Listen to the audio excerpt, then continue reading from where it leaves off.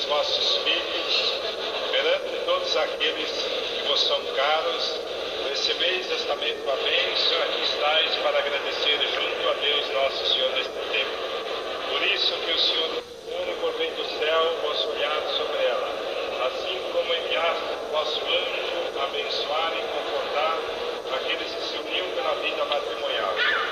Que as vossas alianças e as vossas mãos se unam sempre para agradecer a Deus e abençoar aqueles que o Senhor Deus vos deu. Em Cristo nosso Senhor. Amém.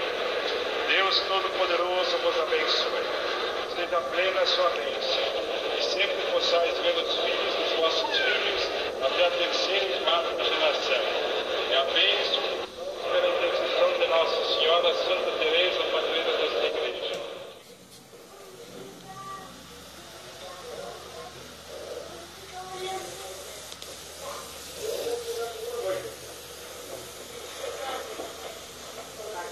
Todo mundo quieto agora, hein?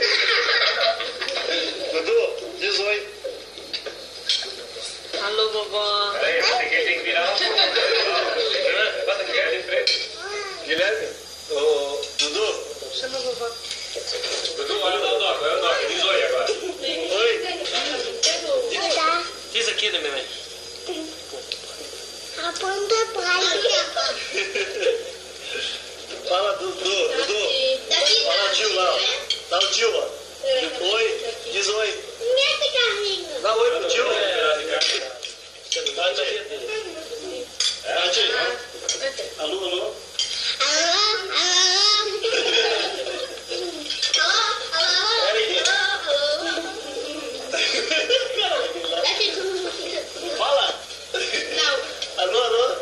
Oi, papai. Ô,